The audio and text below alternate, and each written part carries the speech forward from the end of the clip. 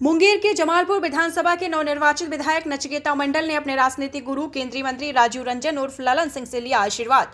पटना से लौटने के बाद जमालपुर और मुंगेर में एनडीए कार्यकर्ताओं ने उनका किया भव्य स्वागत। उन्होंने कहा कि उनकी पहली प्राथमिकता जमालपुर का सर्वांगीण विकास है और आने वाले समय में जमालपुर को औद्योगिक हब बनाया जाएगा। दरअसल मुंगेर के जमालपुर विधानसभा के नवनिर्वाचित विधायक नचिकेता मंडल ने पटना जाकर अपने राजनीतिक गुरु केंद्रीय मंत्री और मुंगेर सांसद राजीव रंजन उर्फ ललन सिंह से आशीर्वाद लिया। आशीर्वाद लेने के बाद वे अपने पैतृक आवास पहुंचे, जहां एनडीए कार्यकर्ताओं ने फूल मालाओं, लड्डू और गर्मजोशी के साथ उनका स्वागत किया, बधाइयां दी। नचिकेता मंडल ने कहा कि बचपन से उन्हें अपने पिता से राजनीतिक सीख मिली, लेकिन वे अपने वास्तविक राजनीतिक गुरु और आदर्श केंद्रीय मंत्री राजीव रंजन सिंह उर्फ ललन सिंह को मानते हैं, जिन्होंने हमेशा उन्हें मार्गदर्शन और प्रोत्साहन दिया। उन्होंने कहा कि मुख्यमंत्री नीतीश कुमार के नेतृत्व में बिहार में व्यापक विकास हुआ है। अब राज्य प्रौद्योगिक विकास की ओर बढ़ रहा है। जमालपुर पहले से एक औद्योगिक क्षेत्र रहा है और यहाँ उद्योग धंधों की अपार संभावनाएं हैं। उन्होंने कहा कि उनकी कोशिश होगी कि जमालपुर का सर्वांगीण विकास हो और यहाँ उद्योग है तो नए कल कारखाने स्थापित हों।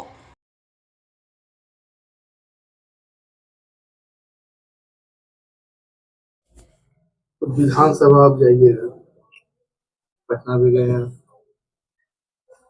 मुलाकात सभी से हुई, तो कैसा लगा? नहीं, बहुत अच्छा लगा।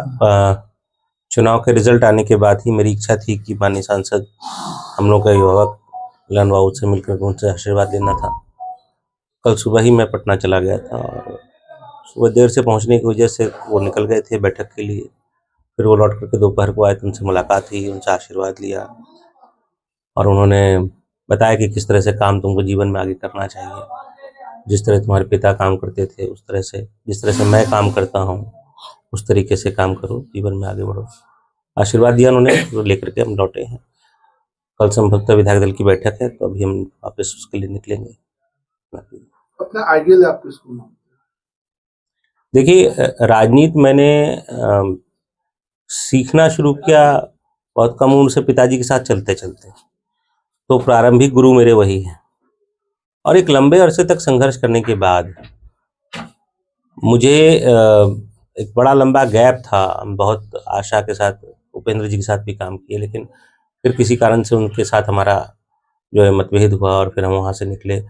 और हम जब जदयू में आए तो माननीय नेता ललन बाबू जैसा व्यक्तित्व तो मुझे कोई नहीं मिला। हम लोग तो आरंभिक दौर में क्योंकि विपरीत परिस्थिति में राजनीति करते थे, विरोधी भी थे उनके, सब कुछ थे। उसके बाद जब हम आए इनके साथ तो इनके जैसा कोई व्यक्ति हमको नहीं मिला, इतना स्पष्टवादी व्यक्ति।